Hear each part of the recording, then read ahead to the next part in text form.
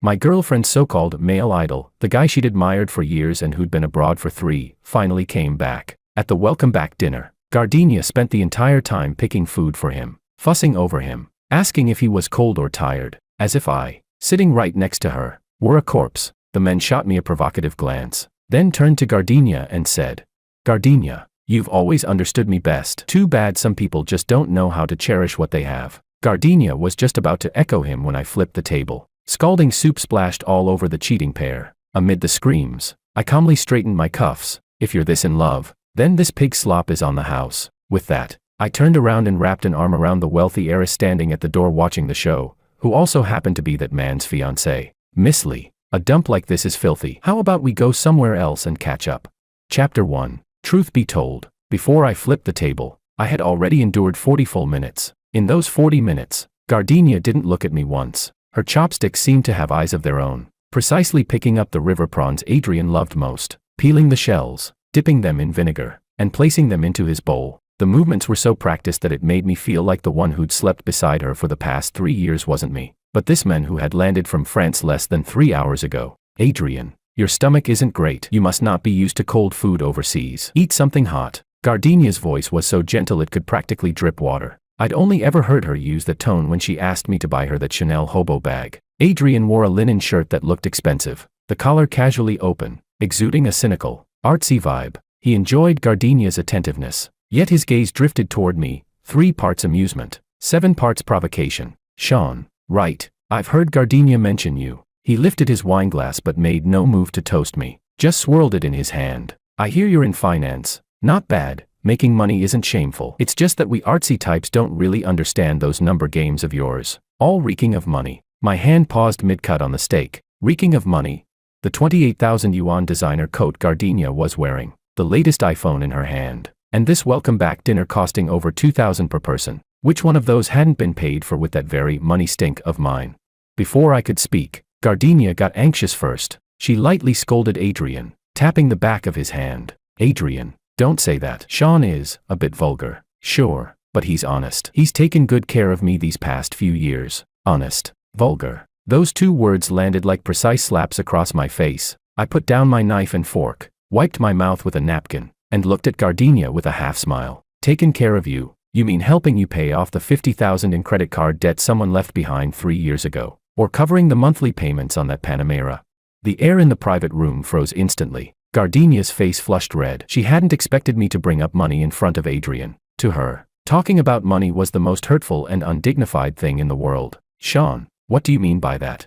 She slammed her chopsticks down, eyes blazing. "Today is about welcoming Adrian back. Why bring up all that old crap? Are you even a man? Do you have any sense of proportion at all?"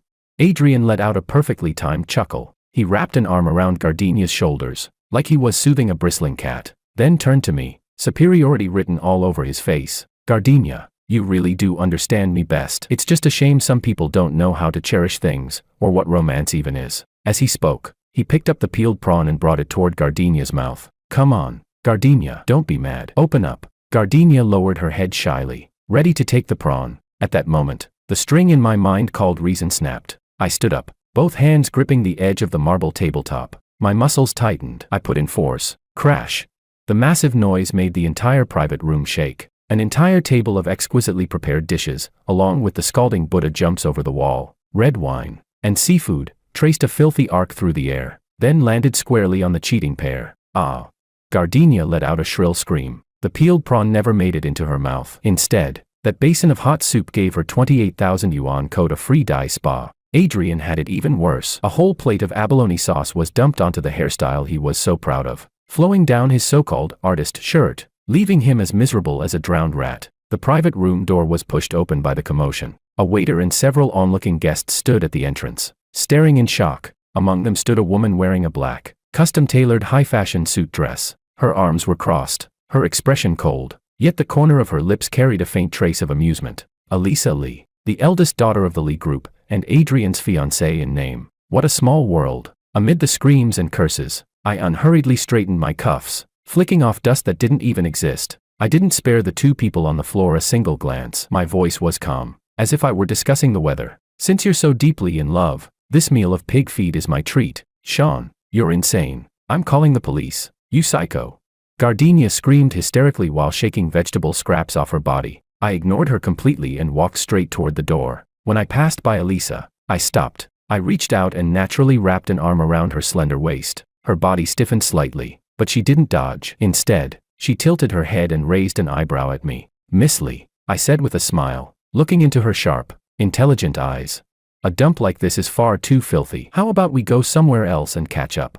Elisa glanced at the fiancé inside who was still jumping and raging, a mocking curve appearing at her lips. She smoothly hooked her arm through mine, her voice cool and pleasant. Sure, I wasn't full anyway. Your treat. Chapter 2. Once we stepped out of the restaurant, the night wind hit me, and the adrenaline rushing through my veins finally eased a little, but I didn't regret it. If anything, these past 3 years had never felt as clear-headed and liberating as this moment. Elisa's arm was still linked through mine, with no intention of letting go. It wasn't until we got into her black Maybach that she released me, leaning back against the leather seat and turning her head to study me. Sean, senior investment manager at Taiga Capital, a well-known asset reaper in the industry. She recited my resume with precision, her gaze carrying a hint of scrutiny. Didn't expect your taste to be this bad. I fastened my seatbelt and let out a self-mocking smile. Miss Lee, you flatter me. Who hasn't been blind a few times when they were young? That said, your taste isn't exactly stellar either. I was referring to Adrian. Elisa didn't get angry. She reached into the armrest box, took out a pack of women's cigarettes, pulled one free, and toyed with it without lighting it. A family-arranged engagement. The old man misjudged him, thought someone in the arts would be refined. Who knew he'd turn out to be an empty suit?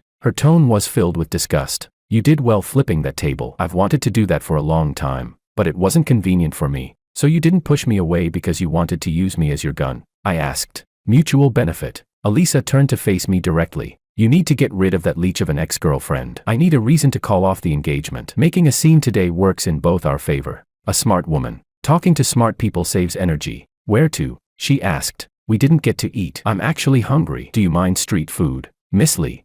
Elisa Lee started the car, the engine letting out a low growl. Lead the way. Half an hour later, an old, well-known wonton stall, the Lee family's heiress, worth billions, was sitting at a greasy folding table, copying my moves and dumping a huge spoonful of chili oil into her bowl. How much does Adrian owe? I asked suddenly, after eating a wonton. Elisa paused mid-motion and looked up at me. How did you know? The shirt he wore at dinner, it's a current season piece from brand C. But the cuffs are worn, second-hand. The Richard Mille on his wrist, the sheen's off, a fake. And most importantly, I put down my spoon. The way he looks at Gardenia isn't the way you look at someone you love. It's the way you look at a fat sheep waiting to be slaughtered. Elisa laughed, this time, genuinely. Manager Sean really does have sharp eyes. He racked up gambling debts in France. Loan sharks followed him back home. This trip back was to grab a payout and run. Or marry into the Lee family and have you fill the hole. I finished for her. 30 million. Elisa raised 3 fingers. He thinks I don't know. Gardenia doesn't have that kind of money. I said coldly. She doesn't, but you do. Elisa replied with a half smile. She has your secondary credit card. The car's loan is under your payments. The apartment is yours. Sean, these past 3 years, you've been keeping a canary. I took out my phone and opened my banking app. Tapped a few times. Freeze the secondary card. Stop all automatic payments. Elisa watched me and whistled softly.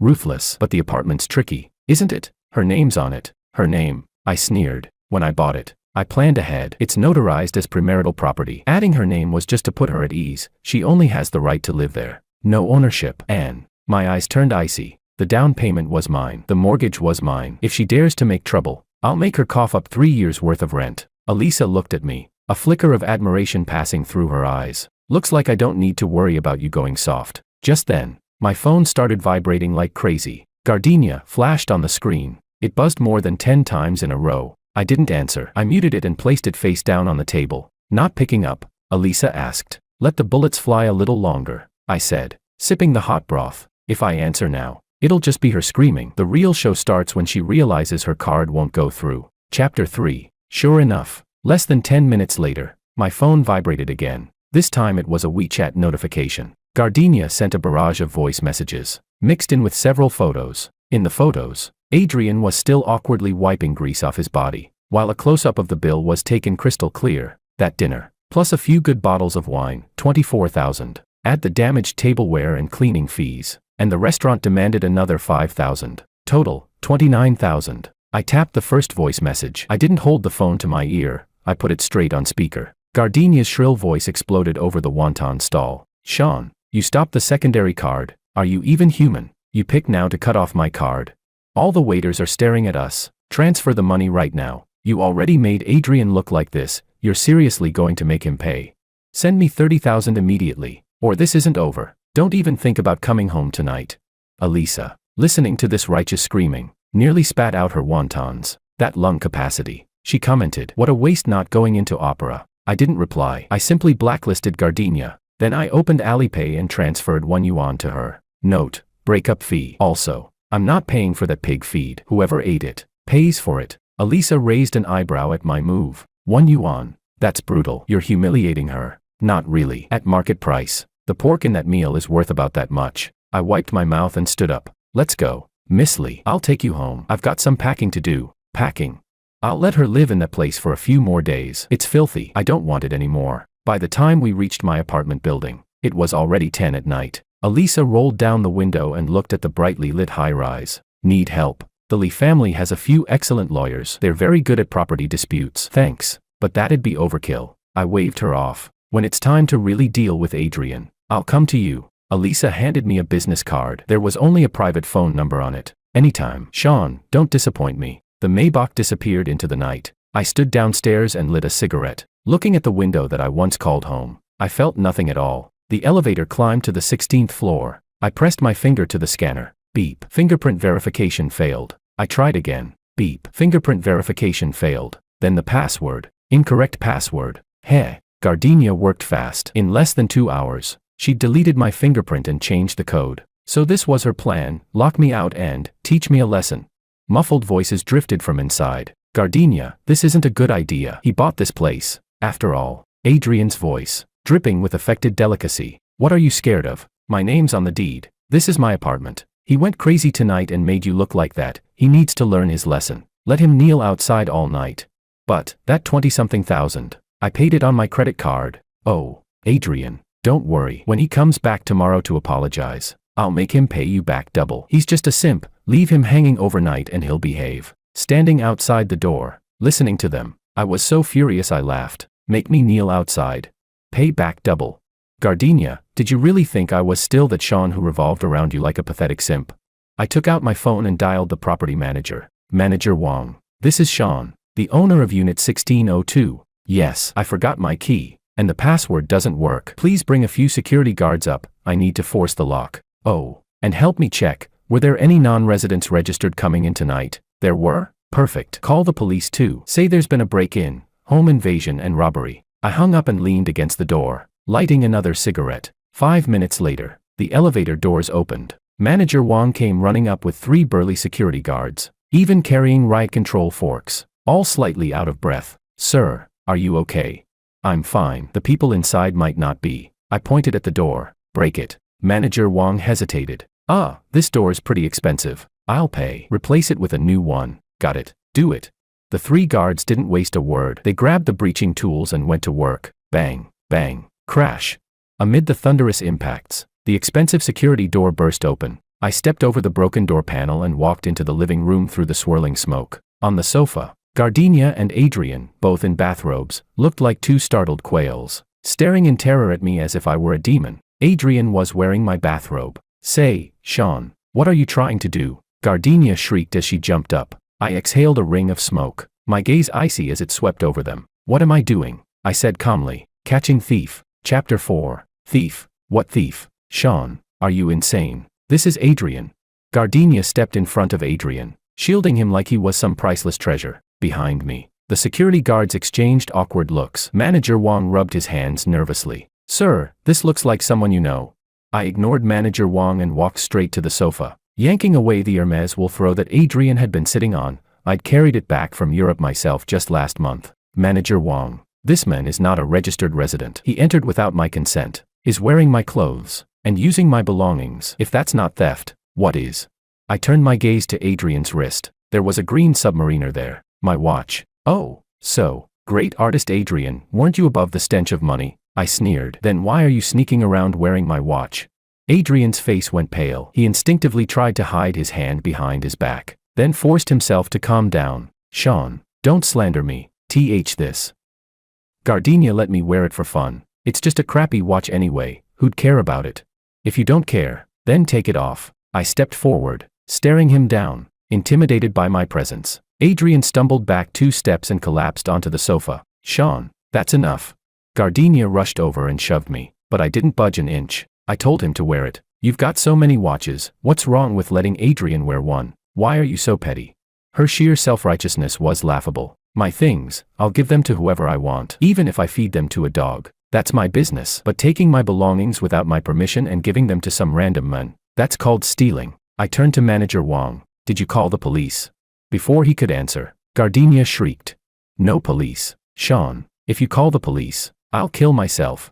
Be my guest. I looked at her coldly. Jump from here. 18 floors, it should be a pretty ugly splatter. Just try not to damage the landscaping. Makes things hard for property management. Gardenia froze. She had never seen me like this before. The slightest frown from her would have had me worrying for half the day. Now I was telling her to go die, and she didn't know how to react. Sean, how did you become like this? Her eyes reddened, tears welling up. That trick used to work every single time. Unfortunately for her, I was immune now. Cut it out, I said, pointing at the door. Now, immediately. Take your trash and get out. You're kicking me out. This is my apartment. Gardenia shouted in disbelief. Your apartment? I laughed and pulled out my phone, bringing up photos of the notarized agreement. Look carefully. I paid the down payment. I pay the mortgage. Your name's on it. Sure, but it's just decorative. If I take this to court for asset division, how much do you think you'll get? Debt. Maybe half of that. And one more thing, I added, gesturing around the room. All the furniture and appliances were bought by me. I've got every receipt. If you refuse to leave, I'll report Adrian for home invasion and theft. The amount involved is more than enough to put him behind bars for a few years.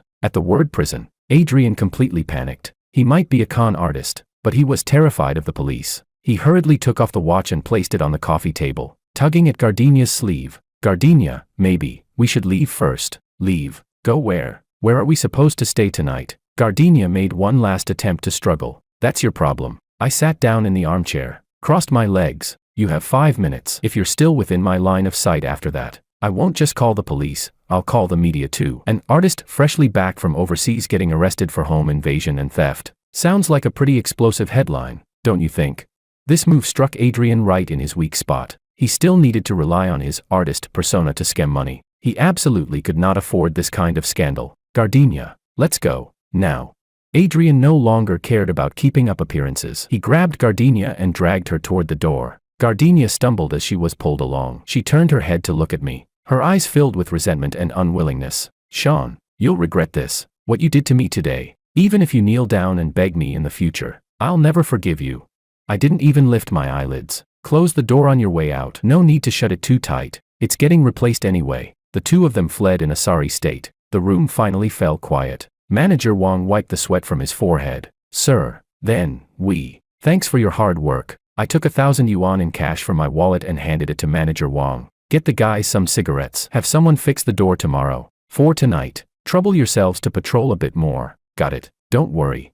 The security guards left. I looked at the now empty living room. The watch on the coffee table, still carrying Adrian's body heat, made me feel sick. I picked up the watch, walked to the balcony, and flicked my wrist. A green arc streaked across the night sky and disappeared into the bushes below. Anything that's been dirted, I never keep. Chapter 5. Early the next morning, I went to the office. The moment I stepped into my workspace, my assistant Danny leaned over with a face full of gossip. Sean, is it true you flipped a table at Orange Restaurant last night, and even left with the Lee family's eldest daughter? The whole circle's going crazy. Good news never leaves the house. Bad news travels 1,000 miles. There were plenty of insiders at the dinner last night. The rumor spread faster than a stock crash. That's nothing, I said as I turned on my computer. There'll be plenty more of this kind of thing in the future. Then, what about Gardenia? Wasn't she your girlfriend of 3 years? Ex-girlfriend, I corrected calmly. And from now on, anyone who mentions that name in front of me gets half their bonus docked. Danny immediately mimed zipping her mouth shut. I got to work. The first thing on my agenda, asset liquidation. I pulled up every statement from the secondary cards Gardenia had used and printed them into a thick stack. Bags, clothes, cosmetic treatments, even gifts she'd bought for Adrian, all paid for with my money. Total, 1.48 million. That didn't even include the mortgage or the car loan. I was in the middle of crunching numbers when the front desk called. Manager Sean, there's a woman named Gardenia downstairs looking for you. She says it's urgent and is making a scene in the lobby. Heh, she moved fast. Let her up. 5 minutes later, Gardenia burst into my office. She'd changed clothes, no longer wearing last night's filthy coat, but her face was haggard. Dark circles heavy under her eyes. Clearly, life hadn't been easy for her after leaving my place last night. Sean, where did you take my car? She slammed her hand on the desk the moment she walked in. I went to the garage this morning and it was gone. Did you have it towed? The Panamera was mine. I bought it, but I'd let her drive it daily to keep her happy. Last night, I hadn't just changed the door locks. I'd remotely locked the car and had a towing company haul it straight to a used car dealer. That's my car, I said without looking up. Continuing to read my report. I sold it. Sold it, Gardenia screeched. That was a birthday gift you gave me. A gift, I sneered. Was it transferred into your name? The registration's under mine. I've been paying the loan. Do I need your permission to dispose of my own assets? You, Gardenia trembled with rage. How can you be so heartless? I don't even have a car to get to work now. I have to squeeze onto the subway. What's wrong with the subway? Low carbon and eco-friendly. I tossed the thick stack of statements onto the desk in front of her. Perfect timing. Sign this. Gardenia flipped through a couple of pages. Her face instantly changed. What is this? An IOU. A breakup settlement. I tapped the number at the bottom. This one, 48 million, is what you spent on my secondary cards over the past 3 years. And although the car's been sold, you still need to shoulder part of the depreciation and 3 years of loan interest. Add in rent, round it up nicely. 2 million. Are you insane? Gardenia ripped the papers to shreds and flung them in my face. We were going to get married. What's mine isn't yours. Now that we've broken up, you're counting pennies with me. Do you have any shame? Marriage was before, I replied coolly. I brushed the paper scraps off my suit. Gardenia, get the situation straight. In these 3 years, even a dog I fed would have wagged its tail at me. I fed you, and you used my money to raise another man. That's unjust enrichment, bordering on fraud. I'll give you 3 days. I stood up, looking down at her. Either you pay up, or you wait for a lawyer's letter. That job of yours at the foreign firm looks respectable, doesn't it? If your company finds out you're being sued over financial disputes, possibly fraud, how long do you think you'll keep that position? That was her Achilles heel. Someone like Gardenia cared most about her image and that so-called elite job. She was finally scared. Her tone softened, even carrying a hint of pleading. Sean, do we really have to take this that far? I know I was wrong yesterday. I shouldn't have ignored you just to save face, but there really is nothing between Adrian and me. We're just pure friends. Pure enough for him to wear my bathrobe. That was because his clothes were dirty. Gardenia stepped closer, trying to grab my hand. Sean, can we stop this? Can we make up? I'll make Adrian move out. I won't contact him anymore. We'll go back to how things were. If this had been before, I might actually have softened after hearing that. But now, looking at her hypocritical face, all I felt was disgust. Just then, the office door was pushed open. Elisa walked in on 10-centimeter heels, her presence commanding the room. She didn't even glance at Gardenia. She tossed a folder onto my desk. Manager Sean, we finished checking Adrian's background. It's even more impressive than we expected. The moment Gardenia saw Elisa, she snapped like a cat whose tail had been stepped on. Elisa, why are you here? What's your relationship with Sean? Elisa turned around, took off her sunglasses, and revealed a pair of eyes curved in a half smile. Gardenia, isn't it obvious? I'm discussing a business deal worth several $100 million with manager Sean. As for you, she looked Gardenia up and down. Which wet market shrew wandered into the wrong place? You. Gardenia choked with anger. I picked up the folder and flipped through a few pages, my smile growing deeper. Gardenia, didn't you say Adrian was just a pure friend? I handed her the documents. Why don't you take a look at what this pure friend has been up to in France? Inside were copies of Adrian's IOUs from an underground casino in France, intimate photos of him with several wealthy older women, and even a court summons for fraud. In France, he wasn't doing any kind of art creation at all. He was circulating among rich socialites, living off scams and sleeping his way through them. This time he came back because he couldn't survive there anymore. Creditors were after him. I pointed at one of the photos. See this 50-year-old French countess, another one of his pure friends. Gardenia's hands started shaking. She stared at the photos, her face pale as paper. No, that's impossible. Adrian said he'd held exhibitions at the Louvre. Exhibitions? Elisa snorted. That was him renting a basement with his own money, putting up a few paintings bought from street stalls, and taking staged photos to fool idiots like you. Gardenia's worldview collapsed. The artist boyfriend she'd always been so proud of turned out to be nothing more than a complete fraud and a male prostitute. Now you can get out. I dismissed her coldly. Go back and tell Adrian the Lee family's legal team is already on the way. His days in this country are numbered. Gardenia walked out of the office like a lost soul. She didn't even spare a glance at the shredded settlement papers on the floor. Chapter 6. After Gardenia left, only Elisa and I remained in the office. Thanks, I said, lifting the file in my hand toward Elisa. This came at the perfect time. Not just to help you, Elisa replied as she took a seat across from me. That idiot Adrian actually ran to the Lee residence this morning and asked my grandfather for money, claiming he wanted to hold an art exhibition. In reality, he was trying to plug the hole he dug overseas. And did the old man give it to him? He almost did. That guy's mouth is way too sweet. He practically had my grandfather wrapped around his finger. Elisa's eyes turned cold, so I had to speed things up. Sean, there's a charity gala tonight. Adrian will be there. Gardenia probably will too. And you? I'm one of the organizers. Of course I'll be there. Elisa looked straight at me. You're coming too. I'm short one male companion. Me. I pointed at myself. Isn't that kind of event not exactly my scene? What's inappropriate about it? Elisa smiled faintly. Tonight is Adrian's last moment in the spotlight, and the beginning of his total disgrace. Don't you want to see a show like that with your own eyes? I laughed. All right, I'm in. 7 o'clock that evening. H-City's most exclusive private club, perfume and jewels, champagne and shadows. Wearing a bespoke suit Elisa had arranged for, I walked into the banquet hall arm in arm with the most dazzling heiress of the Lee family. The moment we entered, I saw Adrian. I had to admit, he had his ways. He'd already coaxed Gardenia back this quickly. Dressed in a white suit, looking every bit the gentleman, he stood among a group of elites, eloquently expounding on his so-called artistic philosophy. Gardenia clung to his arm. Though her expression was a little stiff, she still forced a smile, basking in the gazes around her. It seemed that File hadn't completely shattered her illusions. Or perhaps she simply refused to admit she'd been blind, clinging desperately to self-deception. Look, isn't that Miss Lee? Who's the man next to her? He's handsome, never seen him before. Isn't Adrian her fiancé? Why is he with that woman named Gardenia instead?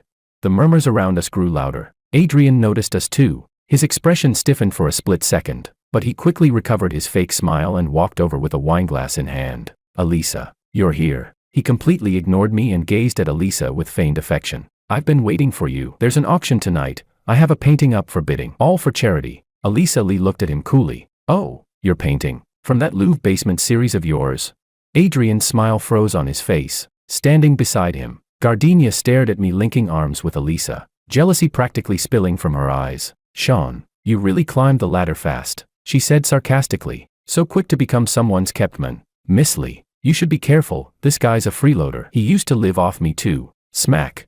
A crisp slap cut her off mid-sentence. The entire hall fell dead silent. The one who struck her wasn't me. It was Elisa. She calmly flexed her wrist, her gaze sharp as a blade. Gardenia, you can eat nonsense, but you can't talk nonsense. Sean is my partner, and the most important guest here tonight. And who do you think you are, to run your mouth in a place like this? Gardenia clutched her face, staring at Elisa in disbelief. Why you hit me. So what if I did? Elisa sneered. This is the Lee family's venue. Security, throw these two out. They don't have invitations and snuck in. Wait. Adrian panicked. Elisa, don't do this. I'm your fiancé, and I do have an invitation. Fiancé. Elisa cut him off coldly. Not anymore. As of this moment, she stepped onto the stage, took the microphone, and faced the guests. Everyone, I'd like to take this opportunity to announce something. The marriage alliance between the Lee family and the Sun family is hereby cancelled, effective immediately, because the Lee family does not take in trash, especially the kind that racks up massive debts overseas and lives off scamming women. The large screen suddenly lit up. What played was surveillance footage of Adrian's son in a French casino, along with records of his various transactions with wealthy women. There was even an audio clip, Adrian bragging to a friend on the phone. I'm going back just to lock down that idiot Elisa. Once I skim the Lee family's money, I'll head back to France and live it up. The hall erupted. Every gaze turned toward Adrian, the look people reserve for garbage. Adrian collapsed to the floor, his face ashen. Gardenia stared blankly at the screen. This time, she could no longer deceive herself. She turned to Adrian and lunged at him like a madwoman. Adrian, you lied to me. Didn't you say you loved me? Didn't you say you were going to marry me? Give me back my money. Give it back. The two of them clawed at each other, fighting like rabid dogs. Security rushed in and dragged them out like dead weight. I stood beneath the stage, watching it all, feeling nothing but calm. Elisa Lee stepped down and came to my side, handing me a glass of champagne. Feel good? She asked. I took the glass and clinked it against hers. Very. But the real show is only just beginning. Oh. Adrian's creditors will be in the country tomorrow. I've also frozen Gardenia's credit cards. What comes next? I took a sip of champagne and looked at Elisa. Is the real hell? Then I added. Though, Miss Lee, Tonight's performance cost you quite a bit. Publicly calling off an engagement like that, not great for your reputation, is it? Reputation. Elisa laughed, a hint of cunning in her smile. As long as I get rid of trash, who cares about reputation? Besides, she leaned in close, her breath warm and fragrant. With such an outstanding new partner like manager Sean standing in front of me, who's going to remember that garbage ex at all? Chapter 7. Over the next month, H-City staged a spectacular dog-eat-dog farce. Adrian was chased all over town by creditors and was eventually placed under formal police investigation for fraud. Gardenia was also taken in for questioning on suspicion of harboring and assisting fraud. Although she was ultimately released due to lack of direct knowledge, her job was gone for good. Foreign firms value reputation above all else. Once a scandal like that breaks, termination is immediate, with industry-wide notification. She no longer had the nerve to come asking me for money, because for that $1.48 million, I had already entrusted a lawyer to file a lawsuit. The court froze the small amount of savings under her name. After her parents found out, they came to my company to make a scene. Security threw them out, and I had them detained for several days for disrupting office operations. I heard that Gardenia now works the night shift at a convenience store, and still has to endure harassment from Adrian's creditors on a daily basis. As for Elisa and me, what started as an act quietly turned real, becoming an open secret within our circle. At first, the Lee family patriarch had strong objections to me,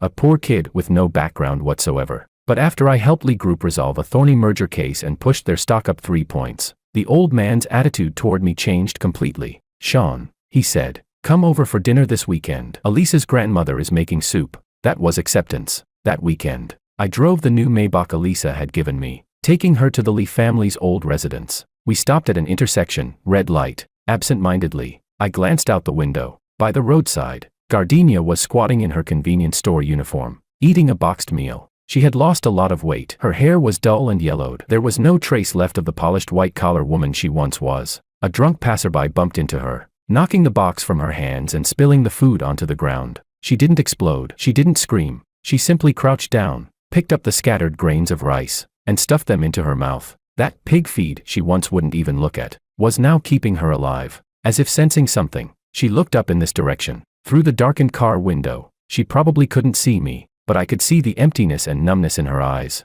The light turned green. I pressed the accelerator, and the car glided smoothly down the street. "What are you looking at?" Elisa asked